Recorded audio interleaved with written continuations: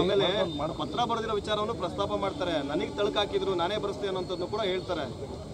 ಪಾಪ ಅವರು ರಾತ್ರಿ ಮಲಗಿದ್ರೆ ಬೆಳಗ್ಗೆ ಎದ್ದರೆ ಚಲುವರಾಯ ಸ್ವಾಮಿ ಜಪ ಮಾಡ್ತಾರೆ, ಮಾಡಲಿ ಸಂತೋಷ. ನನ್ನ ಹೆಸರು ಹೇಳಿದ್ರೆ ಖುಷಿ ಪಡಬೇಕು, ನಾನು ಯಾಕೆ ಬೇಜಾರು ಮಾಡ್ಕೋಬೇಕು?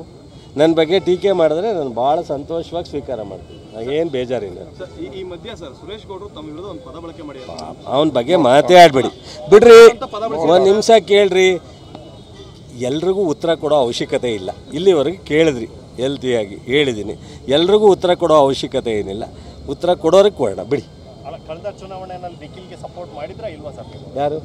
ನಾನು ಯಾರಿಗೂ ಮಾಡಲಿಲ್ಲ, ನಾನು ಮನೇಲಿದ್ದೆ ಆರಾಮಾಗಿ.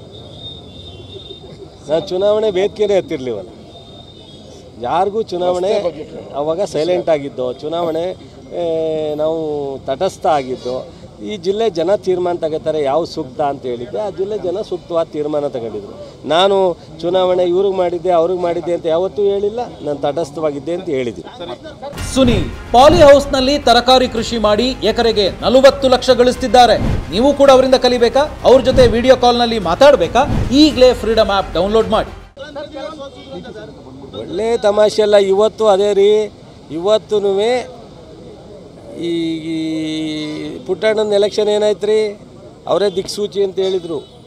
ಅಲಯನ್ಸು ನಮಗೆ ಕೈ ಹಿಡಿಯುತ್ತೆ ಅಂತ ಹೇಳಿದರು.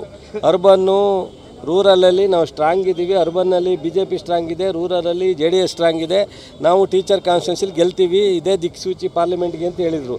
ಏನಾಯಿತು ನೋಡಿರಿ, ಈ ಭಾಗದಲ್ಲಿ ಅಲಯನ್ಸನ್ನು ಜನ ಒಪ್ಪಲ್ಲ. ಕಳೆದ ಬಾರಿ ಅಲಯನ್ಸನ್ನು ಒಪ್ಪಲಿಲ್ಲ. ಸಿದ್ದರಾಮಯ್ಯನವ್ರು ಏನು ಮಾಡೋಕ್ಕಾಗುತ್ತೆ, ಅಥವಾ DK ಶಿವಕುಮಾರ್ ಏನು ಮಾಡೋಕ್ಕಾಗುತ್ತೆ? ಅವ್ರು ಪ್ರಾಮಾಣಿಕವಾಗಿ ಮಾಡಿದ್ರು. ಈ ಜಿಲ್ಲೆ ಜನ BJP ಮತ್ತು JDSನ್ನು ಇವತ್ತು ಹೆಂಗೆ ಅಲಯನ್ಸ್ ಒಪ್ತಾ ಇಲ್ವೋ, ಅವತ್ತು ಕಾಂಗ್ರೆಸ್ ಅಲಯನ್ಸನ್ನು ಜಿಲ್ಲೆ ಜನ ಒಪ್ಪಲಿಲ್ಲ.